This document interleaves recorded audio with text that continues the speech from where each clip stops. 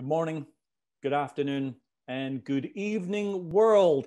Welcome to day 2 opening slides for the 15th annual MIT CDOIQ Symposium. We're pleased to have you here. So we thought we'd just do a quick opening remarks, couple of comments to provide on to our audience and attendees for day 2 as you explore some awesome topics by some wonderful speakers. So with that, let me get started. So thank you for making some noise. Hashtag MIT CDOIQ. We love you. You've been posting on LinkedIn as well. You've been mentioning your polls, keeping it all exciting, keeping it all relevant. Please continue to leverage the hashtag MIT CDOIQ. Please continue to leverage and post in on LinkedIn. That will help us get more traction, especially for next year as well. So we've got some exciting news. You can watch the replay of all the sessions that were recorded yesterday. Now, don't take time off today's sessions because you'll miss some great and important sessions like the one just coming up. However, if late at night you've got nothing to do and you want to know how to actually watch the replay, go to the specific session you're interested in. And on the top left-hand corner of the screen, when you view the session, there's a drop down and you'll see this number, maybe 1 to 6, 1 to 8, 1 to 12, whatever. There is a drop down and you need to select that drop down to select the session you want to watch. It is available for you to watch and replay on that. So our thanks to the MIT's MVP team for helping us get this all out there. So that's wonderful news. Now, you heard me yesterday thank all the sponsors. I'm not going to read all the sponsors again, but I'm going to go in and tell you about something we did. If you voted yesterday for your best infomercial, many thanks. But we made a mistake. We give the fact that you could do it anonymously. So therefore, we couldn't actually select prizes for the people who voted for the commercial. So we have closed those polls and reopened them. Now, again, if you would like to vote for the best commercial, right? And we, and again, our partners, this is a shout out to our partners. Our partners really are here to help our community. And our partners don't have a live booth. They didn't, we decided that supporting live booths was not the best use of their time. So what we did was, you've seen them at the beginning of every session. We opened up with a partner infomercial, something that was a little bit generic. But our partners have taken time out of their schedule to create these commercials. And so what we're hoping and what we wanted to do was we wanted to put a way for you to vote for the best infomercial. So we will be announcing, so out of the commercials of 1 of 3, 2 of 3, and 3 of 3, if you vote, we will then pick at random one of the people from the best voted infomercial. And if we can do, we might actually run that infomercial first thing tomorrow morning to just say this was the #1 vote for the day, and then we'll reset for tomorrow. So we will be offering $200 digital gift card prizes. We'll offer several of them. I won't tell you how many because we'll just look at our funds and see how many we can do. So do have a look, do vote.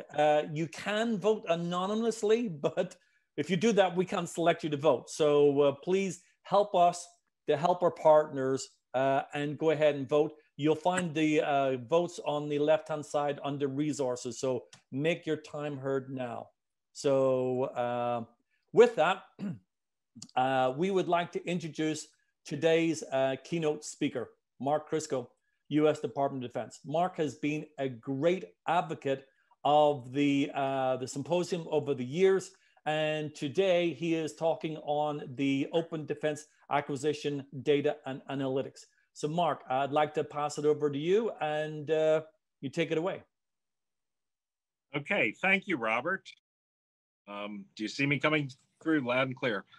Welcome, everyone. I'd like to express a bit of thank you. I think this is, from the Mark Crisco view, this is a wonderful symposium. And all my government colleagues have always enjoyed this for us to get together, learn, exchange, and commit to improving whatever mission area that we have to improve through data. I really miss being in person. I also find it a little bit difficult just talking to a screen. You're a wonderful audience, and I love the exchange, the hallway discussions, and it's missed, but next year we'll be getting back to this. And I want to thank Robert as well as Rich for doing just a wonderful job. The growth here has been tremendous, and thank you for all the partners for supporting this effort. But next chart, Robert.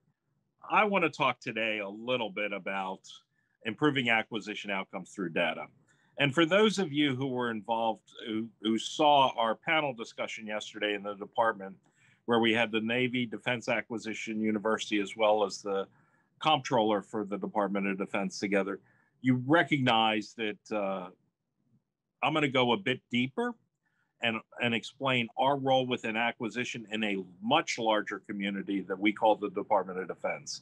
Our panel yesterday on complex organizations, I think it is one of the most complex organizations to run, but I want to talk today about our contributions in data management, and many of the lessons I learned through forums like this. And the MIT Symposium has been great in nurturing our knowledge and our partnership with industry, the partners, our colleagues on learning how to do this and making it work for us in the department. So today I'm going to talk about improving acquisition outcomes through data. So what does that really mean, improving acquisition outcomes? The department has recently been blessed with an awful lot of legislation to push us in this way. I would argue that we've been going down this journey for a number of years of shifting to a data construct to improve acquisition outcomes. And those acquisition outcomes are really what we call the mission. In our case, improving acquisition in the Department of Defense, because we train and equip the soldiers, sailors, airmen, and Marines, and with goods, services, different commodities, and our job is a bit in the background of what they do, but nonetheless, very important to what they do. And thinking about that with the goal and end in mind of how do we improve acquisition outcomes through data is critically important, and our guideposts for us to move forward. Next chart. So our vision and our role is to enable data-driven decisions. It would be naive of me to think that we haven't used data, but we haven't used it as efficiently and effectively as we possibly could.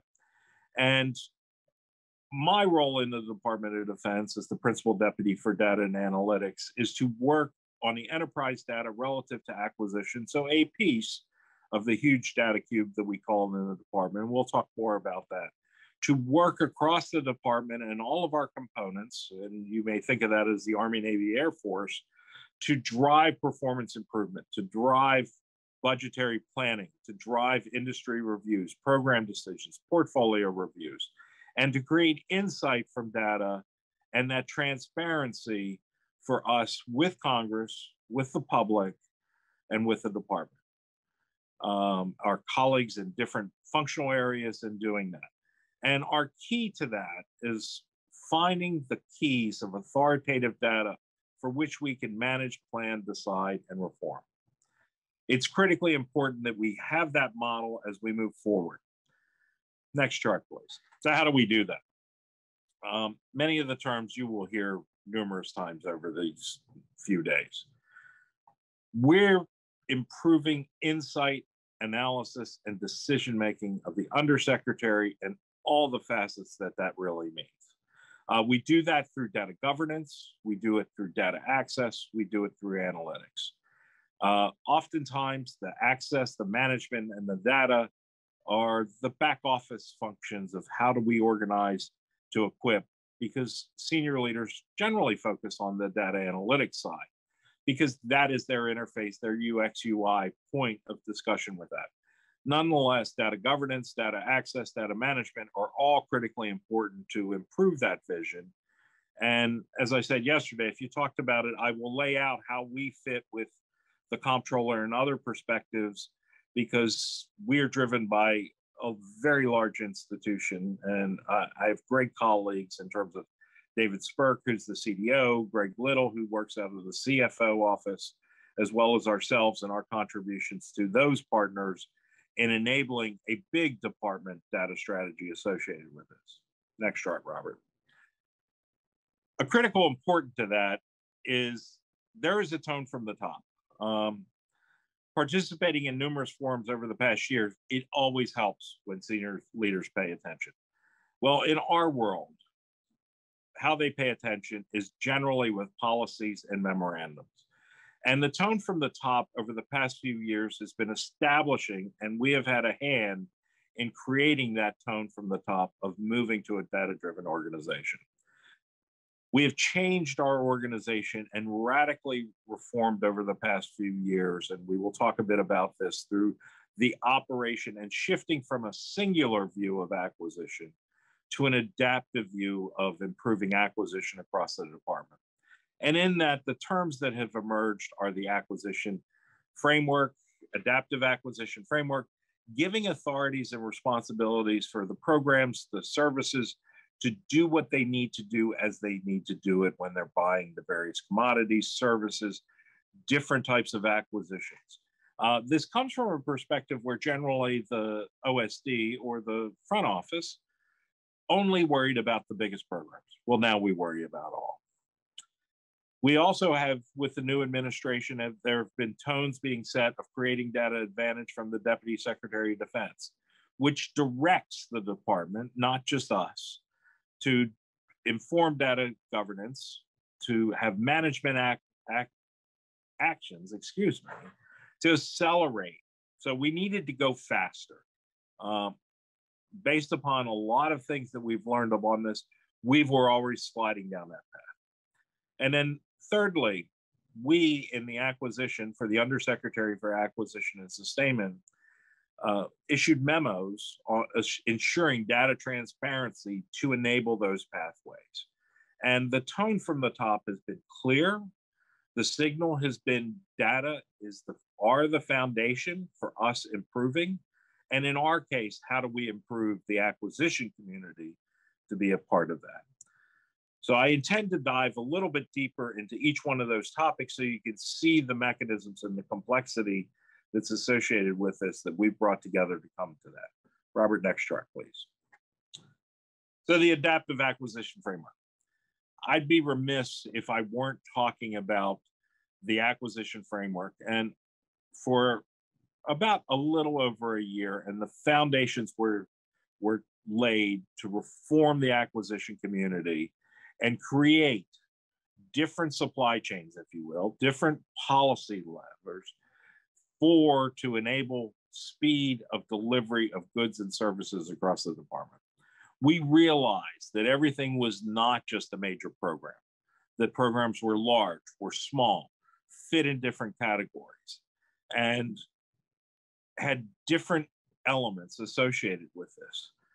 So in this past year, a policy framework was established, written, and issued to enable all the acquisition pathways here, from urgent capabilities, those that the warfighter needs today, middle tier of acquisition, which enables rapid prototyping and rapid fielding for organizations, where we found our core, central major capability acquisition, and the more traditional things that you would think about, ships, tanks, big programs.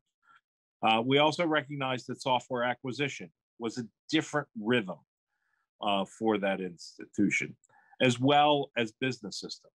And finally, and last but not least, acquisition of services. Recognizing that we needed to enable from a policy framework, from an operational standpoint, flexibility, so we could move faster in the acquisition.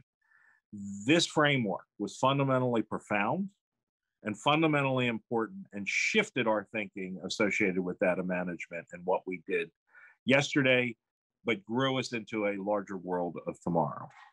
Next chart, please. So really what we're talking about, and I know there's a few acronyms on there, and those of you who are not familiar with the Department of Defense, In each one of these, we have various programs, thousands of programs that are executing within the Department of Defense that are going from requirements all the way through sustainment. How do you measure? How do you find insight? How do you work with the services given an organization that has varying degrees of authority? How do you create that alignment to enable the department? How do you help the Army, Navy, and Air Force go faster without being the historical get in their way?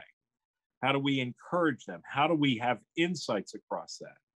And as when we talk about the analytics, because that's what we need to inform everyone in our organizational structure of program managers, program executive officers, the Army, Navy, and Air Force, and component staffs, as well as OSD and the various functions that OSD performs.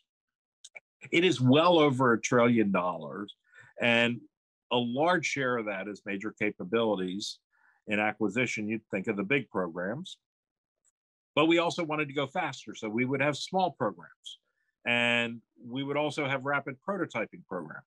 Well, we're also buying software programs and business systems, urgent capabilities, and acquisition of services, which are thousands of programs and thousands of initiatives across that.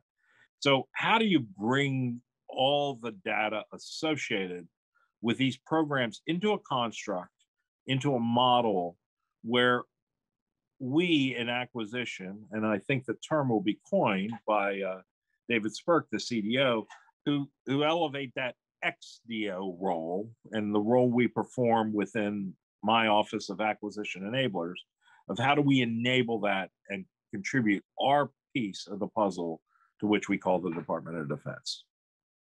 Next chart, Robert, please. So how do we enable that through data? A lot of nuts and bolts, but I want you to see where we were coming from at a top line. And let's talk about how the path we've been on. I would say it has been close to 5 to 7 years where we've really matured into this. And I would like to talk about what we put in place and the mechanisms we put in place as an organization to move forward. Next chart, Robert, please. It was not the first thing, but it was one of the most recent things. This past year, as we've emerged to enable the pathways, we issued through the hand of the Undersecretary, Ms. Stacy Cummings, through our director, and who is right now currently performing the duties of the Undersecretary, issued an acquisition, strategic data, and analytic implementation plan. What we did was we brought together all the things in the department. So how were we going to promulgate standards? We needed to reorient the data models that we were working to reflect the pathways. We needed to reorient our data delivery systems and build an analytic framework. We also needed to pivot to a larger department effort.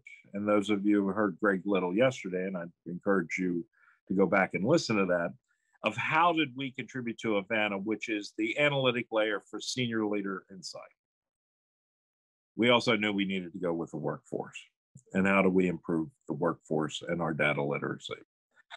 So it is critically important for us we pulled it all together in one document so we can measure how are we getting there. It is important for us to have tactical measures so we know what we're doing within the resources we have and the capacity we have. And dealing with an organization, if it is not tractable, you end up talking a lot about it and doing little.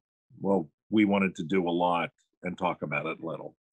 So the enabling strategy was freshened up and we pulled all the pieces together to move forward. Next chart. So what do we talk about in terms of governance? From that, when you think about missions, I am not the Undersecretary of Defense. I am not the Secretary of Defense. The mission, the strategic goals are set by our most senior leaders in the department. So how do we bring a data advisory group, if you will, in our case, what we called the Acquisition Visibility Steering Group, to drive the data agenda? What did we need? Why? And I always liked asking this in 3 questions. What are you trying to achieve? Or in their case, telling us what they are trying to achieve. What do we need to do with data? How can we make that happen? And how can we move that very quickly?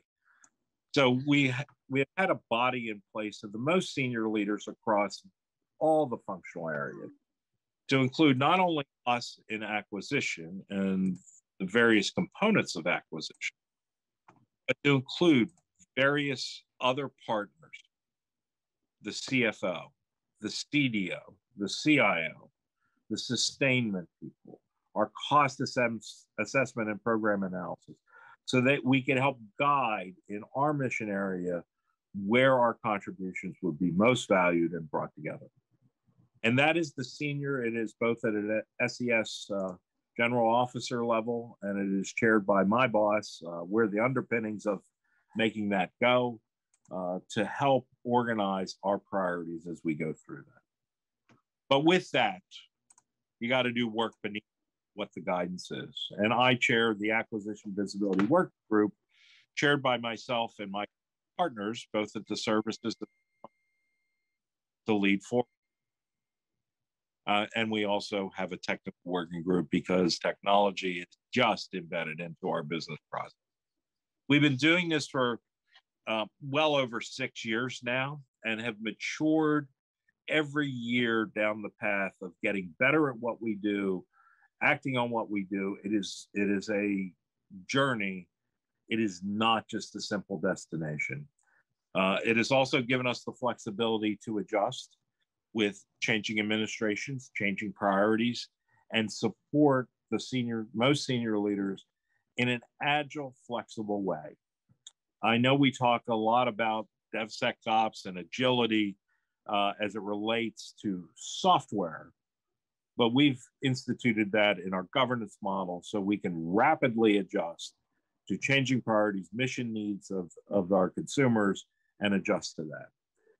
It has been one of the keys to our success because it was not a governance structure just to govern priorities. That's done at different levels. It was a governance structure for which we could collaborate and leverage our strategic partners, both inside OSD and inside the services and components. And it has been a wonderful mechanism. You notice in there, it is not a governance group. It is a steering group to setting priorities. Next chart, Robert. So let's talk about the acquisition data layer. It is one of the most difficult things we've had to put our head around. And I'm very grateful for my colleagues, my contractual support in Artland, and various team members, the services, in coming together in what we affectionately call the data cube. There are many, many, many moving pieces, and I'll go through this a little bit so you can get a flavor of this. We were largely a process and policy-driven organization. And how do you change from a process and policy organization when your workforce or leadership is oriented to that to a data-driven organization? You have to create models to enable and for them to see themselves and them to see, you know, we talk about it as silos of excellence, that they are part of a bigger cube. And with that, we have developed and worked through, and I will talk more deeply about it, but the acquisition data layer for discussion extends across all the processes. And you can see on the right side of the cube, we're really talking about acquisition pathways. Well, they're different operating models, but the data can be common. And you can see across the top of the cube, the various data areas, either from performance, risk, program identification, documentation, the various types of data that are required to enable those pathways. And certainly last and not least, the dimensions of data management are the required.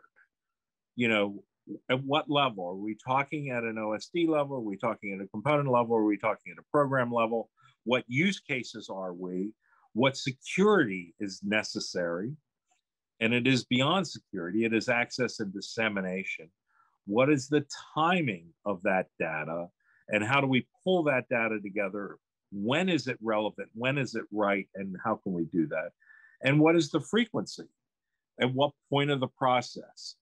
And we thought about it initially in our reporting to Congress, program decisions, resourcing decisions, internal oversight, which is now morphing into an analytic framework of program performance, portfolio performance, and industry performance. So these 4 use cases, which were our beginning, have evolved into the priorities that we're taking on today. If there's one thing I would like you to take away, data are not flat. The dimensions and the discussion of managing even small sets of tractable pieces of data require a construct because bias occurs naturally in this. So a brief overview of the acquisition data layer. Next chart, please.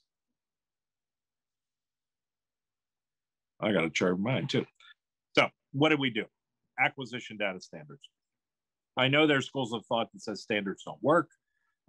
It depends on where you are. We will have free radicals, if you will, of data in the wild, where their construct is there. In our case, we could find a very strong pivot point in some acquisition data standards, and what we refer to that as core data for the acquisition. These are things that would be critically important for all programs at whatever level the organization would be managed by that. And in our case, the data is strongly influenced based upon statute, regulations, policies, and guidance. Was it intended for reporting? Was it intended for insight? Was it intended for the, what we were able to do was create the dimensions and draw all the linkages to law, policy, and regulation so we could understand the bias of the data. We also worked with our data stewards across all the acquisition pathways to understand the business rules.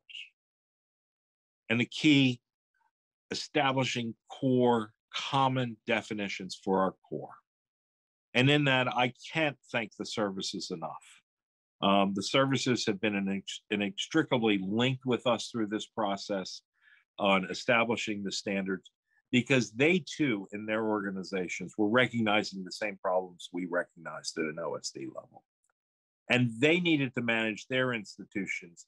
And by us coming together and us pulling an enterprise core together, we could disaggregate or federate our data models throughout the department and move faster.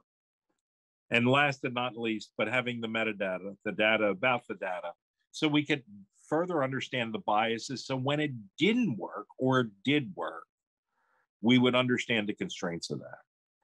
It gives us an opportunity to align.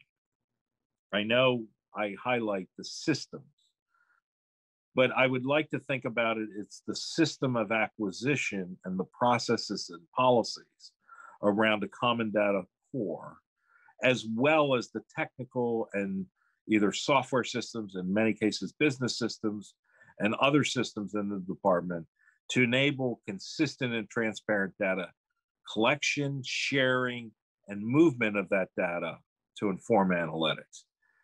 We do this with a very physical database, if you will. It is our framework that we have pulled together, and we call it the Acquisition Visibility Framework, where we manage all the facets and the dimensionality of data in one location. And the purpose is multi-purpose, to inform senior leadership of how policy and law influence the data that we're managing.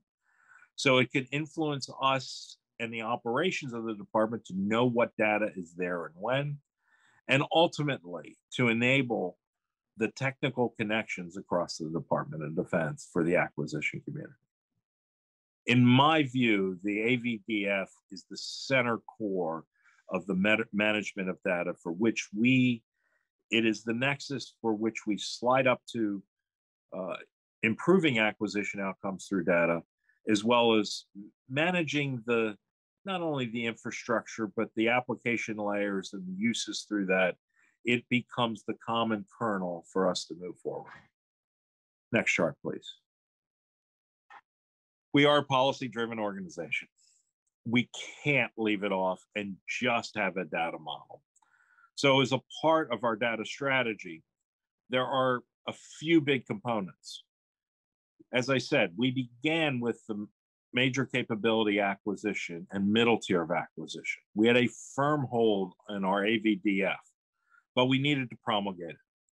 So subsequent to the memo and the tone from the top, we have promulgated as we've completed each pathway in our data review, and I will talk more about this, of what it looks like in the cube relative to the pathways.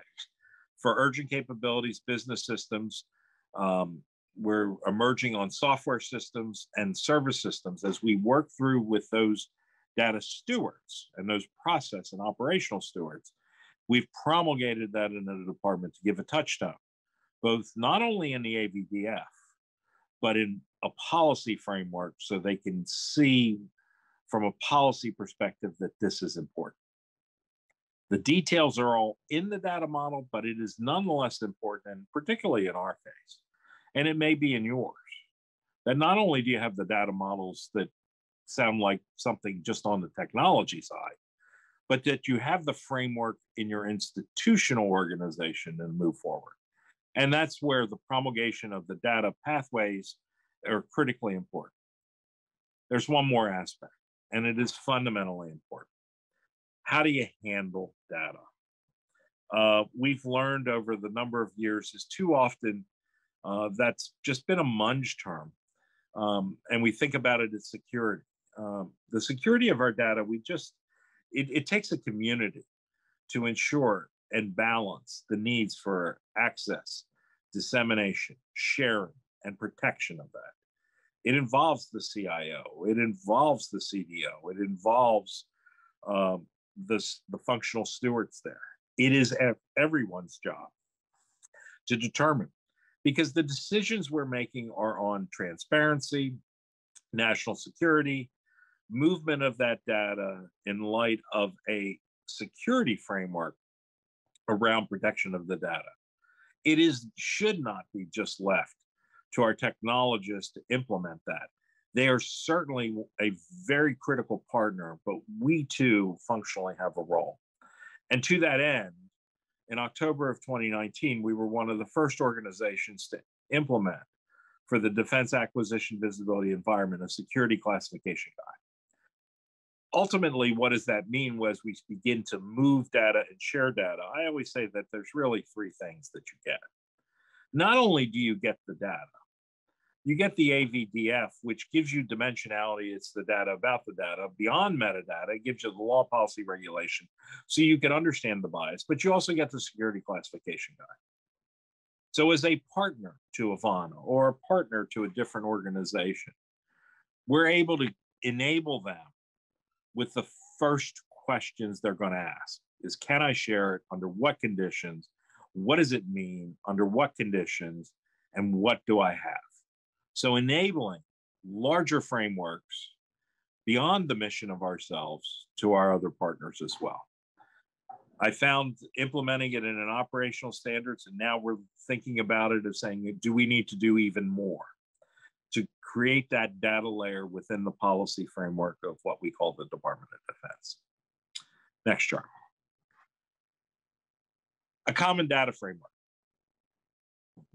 We've talked about the different pathways: defense business systems, services, UCA, middle tier, software, major capabilities, and the center core of an AVDF. Well, what did we do yesterday? Yesterday, you would hear we did a lot of data calls. You'd get the data in a very raw form without the bias. Well, now that we have governance, shouldn't we get it in a more similar way? Should we stop making those calls? Should we ensure that when we're making those calls in whatever operational model, that we would be effective and consistent in our definitions? And if one person did the definition, does that definition do for others, and where is unique?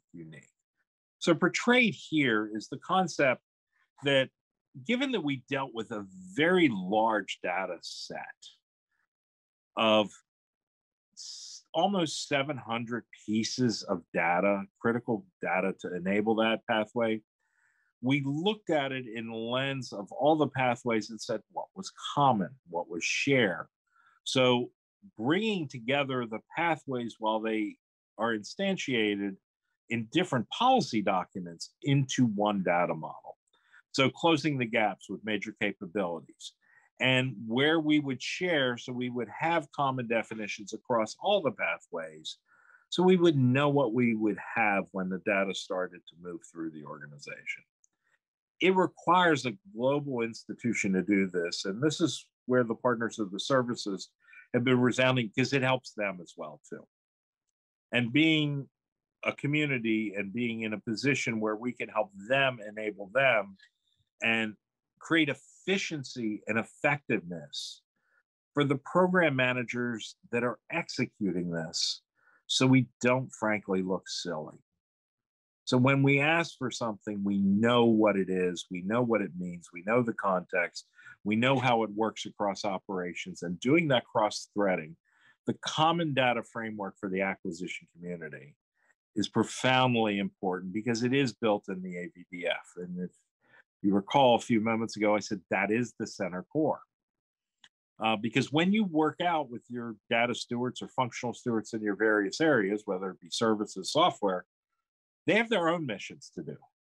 And it's our job to bring that commonality and core back to them, help them understand how and what benefit they get. And it's really efficiency and effectiveness. It moves us to a more common core. It moves us from stop fighting, frankly, with different institutions. Well, you've already asked me that 12 times. We can ask once, use many, understand the nuances there, and move forward. Next chart, please. Technical.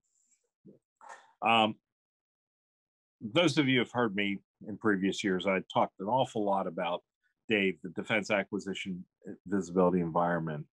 But technically, even in that layer beyond the capability or the system that we call DAVE, DAVE is a concept as well. And in our world, as we're moving through a data architecture from an engineering standpoint, we have enabled an open framework to initiate, to document our data governance and our business rules, our ownership, to align with different ontological models as other people are modeling and pulling off the data, to share our data. And we had an API first structure here to share ourselves as a DAVE Foundry, because we share not only to enable the senior level visualizations, we share to enable other visualizations across the department, research and engineering, the joint staff, and our API Foundry contributes to a larger DoD Foundry, which contributes to other communities and their foundries. And we also manage our traffic, our authority, our security, our data, our mediation and auditing, so we understand how that is. For most people in the functional area, largely they would care less about most of that. It is profoundly important, and the point they care is usually at the UX, UI level, where they're at the analytic layer and doing their roles. But it is critically important to have all those dimensions in place so we can govern and use the authoritative framework, so we can conform and understand, because it's not only the center core of data we'll be using other sets of data that may or may not be governed in the same way we do, that will offer us opportunities. And our industry partners have given us tools and techniques that go beyond what we could do even 3 years ago. And how do we share across the department to the various institutions that we serve? And how, as a center core, because in acquisition, program identification, cost schedule performance, those program schedules are critically important to empower other things. Everything from spectrum, understanding spectrum purchases and spectrum management, to engineering, to joint staff of managing the requirements, and how do we bring those pieces together. So it is critically important and technically sound that we do this, but it is a piece. You have to stack the entire management together. Next chart. As I said, everybody cares about the analytics. And even though we have a strong foundation of data management, strong data management and data governance and stewardship have to be in place to move very quickly with analytics. And when I think about it, we're talking about a core of data. But having that core lets us pivot and exploit other pieces of data that may, as I said, may be under control, may not be under control.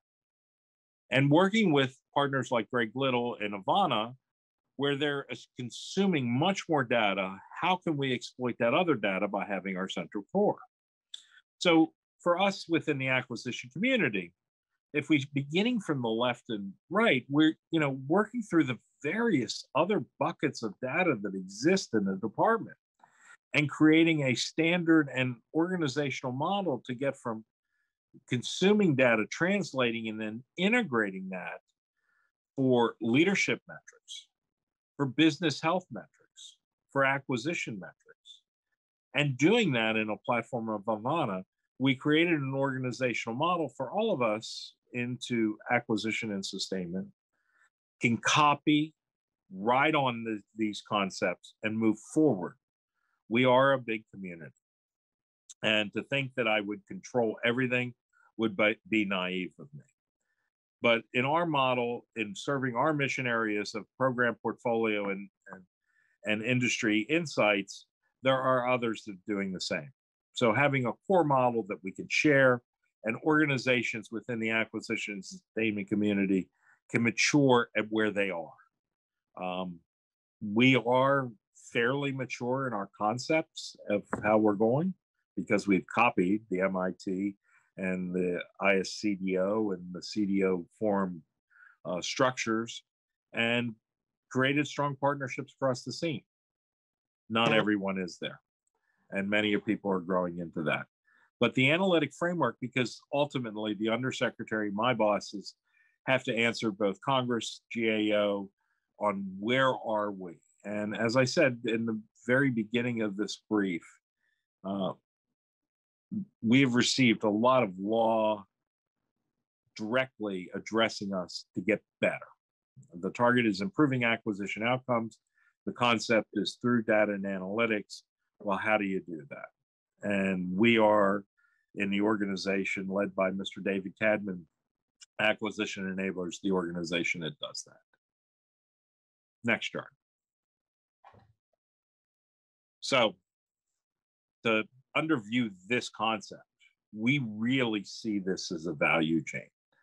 Taking the data and the structured, unstructured, administrative pieces of data that represent over $2 trillion worth of programs, managing them through access, functional sharing, authoritative models, and technical access, to getting to the value chain of enabling the analytics, to managing the health of the systems, mission fulfillment, and our principal staff, our undersecretaries, they're monitoring the programs, they're monitoring a portfolio performance, and their risk associated with vendors in that. Critically important to have all those foundational pieces in place to enable this community as we move forward. Next chart, Rob. This is no simple chore. It's not just about data. It's about us as a community and acquisition for, as I said, and I will say probably numerous times again, improving acquisition outcomes. It requires cultural change. And that cultural change, as many of you know, are always difficult, and shifting the model is no small chore. Next chart.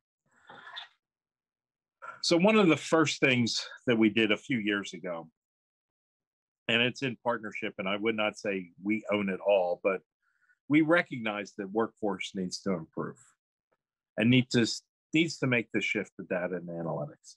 So in partnership with the then CDO, and he may be on this, Michael Conlon, and now David Spurk and others, we initiated a study with the National Academy to improve our acquisition workforce and data use.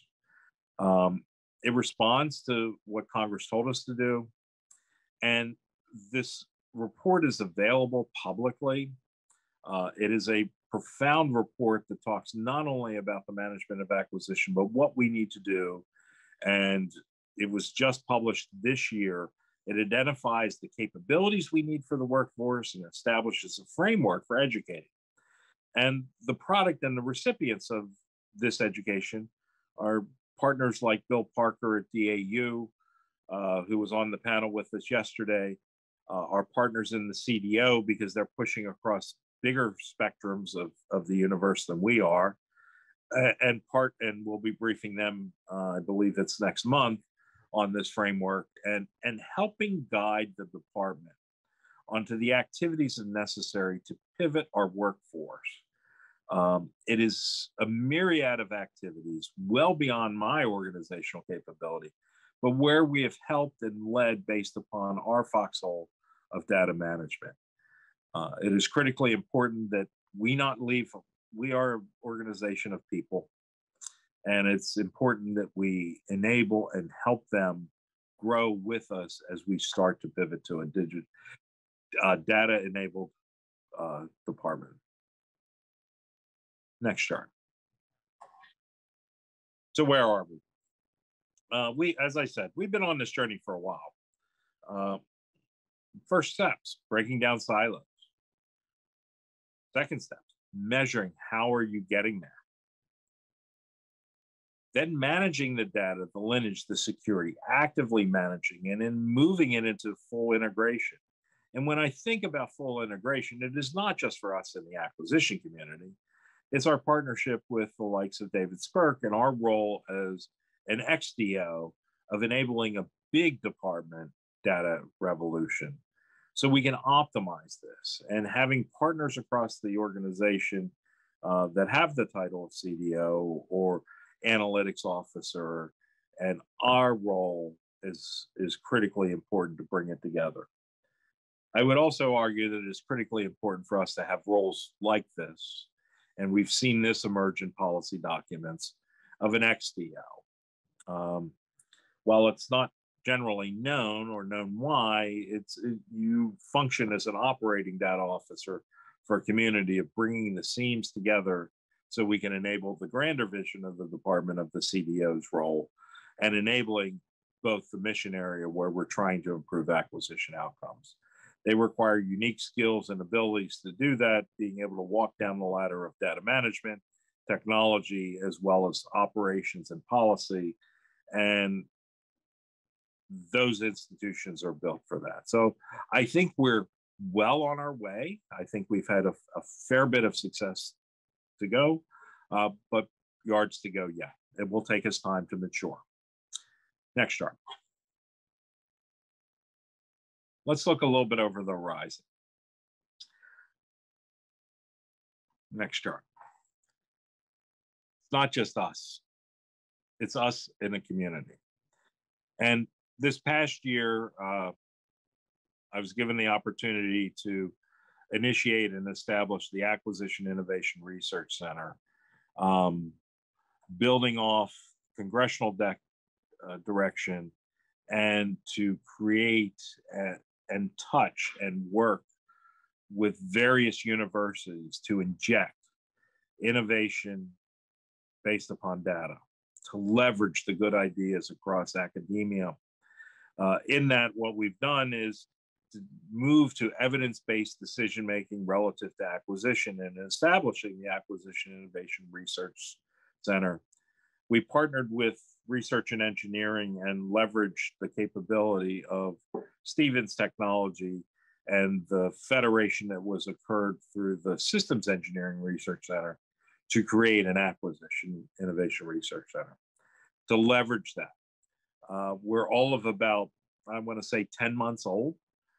We have had numerous things where we've brought together governance across the department to steward and shepherd priorities.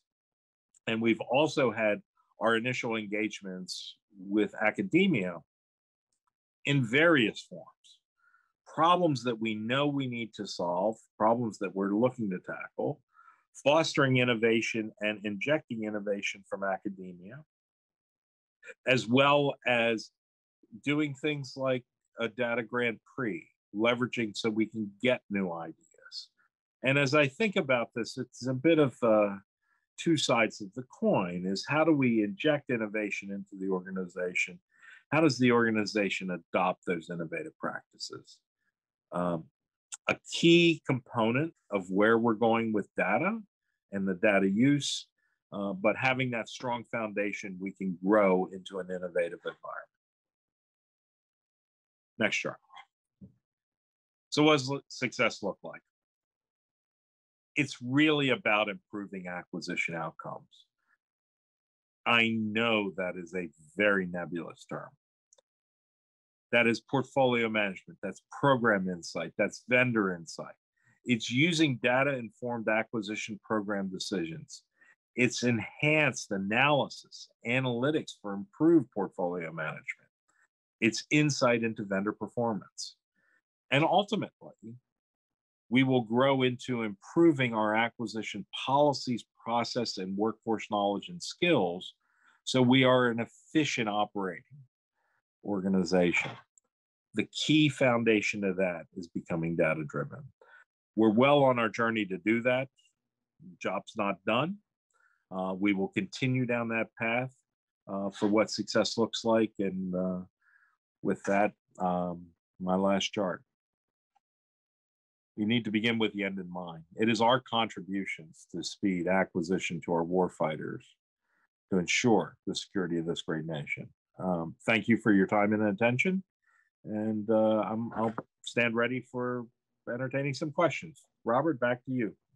Mark, thank you. I'm going to stop the sharing of the slides. That way we can see you. But I do want to obviously leave this last image up there. Our thanks to your nation and the American troops who fight for security around the world. So thank you for all their help. So let me just go ahead. We have some questions that have come up, Mark. I will just put a shout out for the people that we do have about 10 minutes left before we go into the Q&A. And Mark, I'd like to take the questions in order of the most popular votes for this. So number one that seemed to get the most votes based upon your topics so far is, how does the DoD deal with privacy issues, concerns related to data? Let me kind of rephrase that because there was some over bleeding of the recording there. So how does the DoD deal with privacy issues and concerns related to data? Would you be able to answer that, or I help lay some of the frame for that. We do not, my data set does not deal with personally identifiable information, but personally identifiable information exists. It is a category. And the department grapples with the privacy of, it is the law, policy, and regulation associated with that.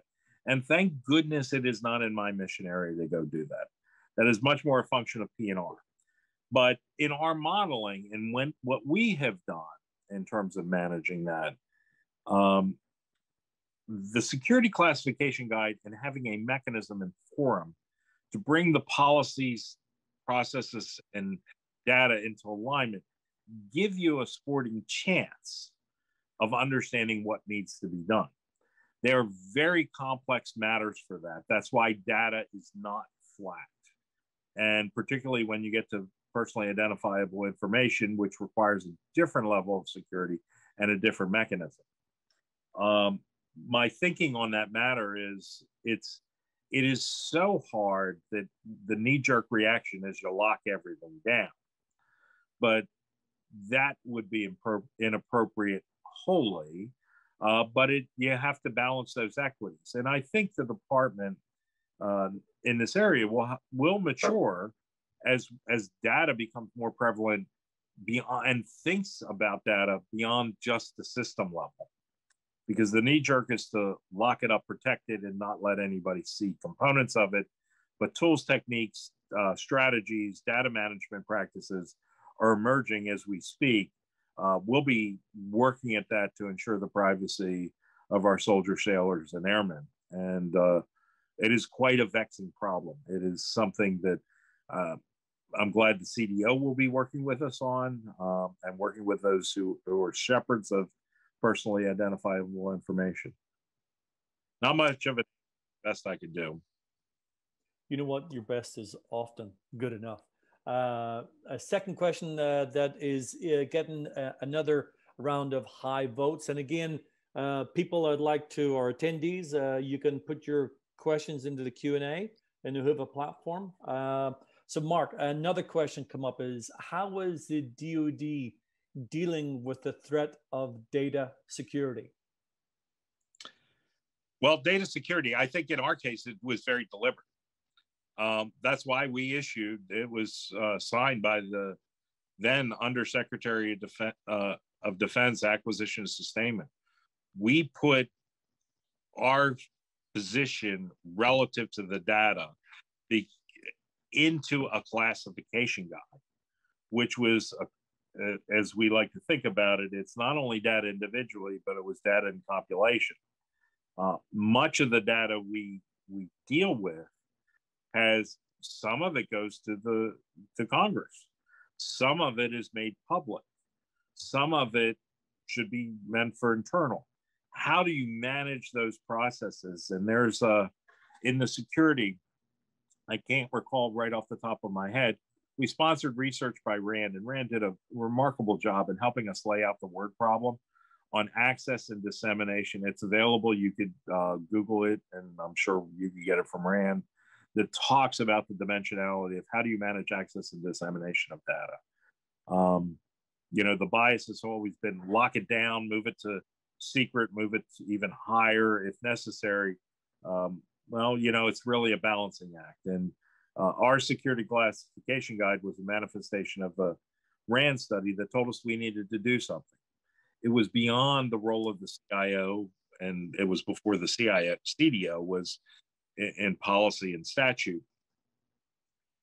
The functionals had to step up and do that work too. So we partnered across those. But there you see I think about it, access, dissemination, sharing, you have got to have a construct in that. Else, if you're just sweeping up all the data, you're going to lock it up faster than you could ever imagine. But that may be it's counterintuitive, and it's counter sharing. It becomes a very big dilemma for how do you move and federate data to enable others. Thank you, Mark. Another couple of questions have come in, and some of these are getting some good polling. Some of these are just coming in as well. So let me pick up this one. Cybercrime is at an increasing, and it's affecting security and economics of nations. What role is DoD playing to overcome this? Well, that would really be a question for the CIO and CDO, because it's the foundations there of security of all our data and systems are much more there. As I said, you know, we look at it as a piece, and that's why it's important to collaborate with your CIO and CDO across those spectrums. We're not all the pieces of data. How do we work through that? So David Spurk has just done an outstanding job of bringing the community together of data stewards and CDOs across the universe, as well as the functional people like myself that have roles as CDO. And our roles, we have to collaborate and work through that. But big problems really in the CIO's wheelhouse to help guide us on that, because that tilts so much more towards security, and they are the stewards for that. And not giving anything away, but next year, Mark, I think we've got some two of the largest federal CDOs coming in to do a tech talk or a discussion on those kind of topics as well. So just to give people a heads up that we are already in the planning for 2022. So and questions like that are going to be hopefully being talked about. I will do, there's another question come up, which is an interesting one. How does the DoD balance data security and work agility? That is a great question, and it strikes to the core of many of the answers that I've been giving to. It is access, dissemination, and sharing. So when you describe agility, I always say, my first question is, what are we trying to achieve? Agility in what? Is it agility in process? Is it agility in policy? Is it agility in program execution? That's where the data framework and having a data bias to becoming data driven, and coupled with the policy agility that was just issued, the 5000 series that I talked about earlier in the talk, that gave authorities to the various components to exercise with. But also having data foundation to that also enables, because the processes can evolve, the workforce can evolve, whether you're trying to find insight and reforming policies to put, your thumb on the scale to enforce more innovation, or are you talking about feeding data to others to share the access and dissemination so they have more things at their disposal, using it in tools like Advana that they can exploit? And, all of these things are a strong component of enabling agility, both on agility on priority management, agility on data management, process policy management, as well as program management. And we are coalescing, in my view, as a department down that path with very strong leadership from Secretary Hicks, the Deputy Secretary of Defense, pushing us into that realm. So, Mark, I think we've got just in the last 2 minutes time for one more question. This here one's a long one to read out. So let me just kind of have a stab at it here and see what you can pick up from it. It says, how do you differentiate data discovery, exploratory analytics vis-a-vis formal analytics, which drives decisions? And they've got in brackets, where error can be expensive. Do you have an example? Pricing, strategic deployment, etc. And are there any distinct or are they I'm just reading that. Is there any distinction, or are they treated the same in the advanced analytic layer? Is I think what they were trying to say. Well, I think it's a balancing act. I think I got the gist of the question, and I hope I do it. Everybody's got a day job in analytics. They are structured analytics. They want to see the regular things: cost, schedule, performance, program management.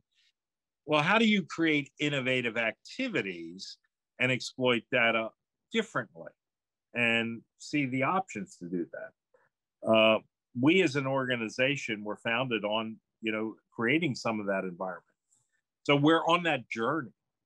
And we've extended that journey to institutions like ERIC, of using data and finding opportunities in that data for things that weren't really contemplated.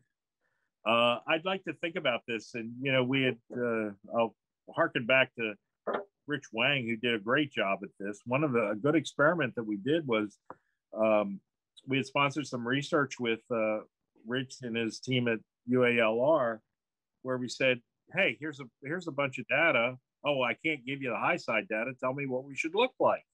Tell me what you found in this. And Rich and his team came back, and they did a great job at the Acquisition Innovation Symposium, where he talked about, hey, look, you know what? All your vendors here are on fault lines. Things that we would have never thought about as a contracting officer, as a program manager in this, but how to exploit that. So I believe we're all growing into that, and that's worthy of its own discussion in and of itself. I hope that was the job. I know we're coming up on time. Yes, indeed, Mark. On behalf of the MIT CDOIQ Symposium, we would like to thank you for your presentation, for being our keynote to kick off day 2, and we wish you and all the armed forces Godspeed. Thank you. Oh, thank you, Robert. You've done a great job, you and your team, as well as Rich. I really appreciate this effort. I look forward to coming back next year. I'm not going to do this. Yes, we will look forward to having you back as an attendee next year. Thank you.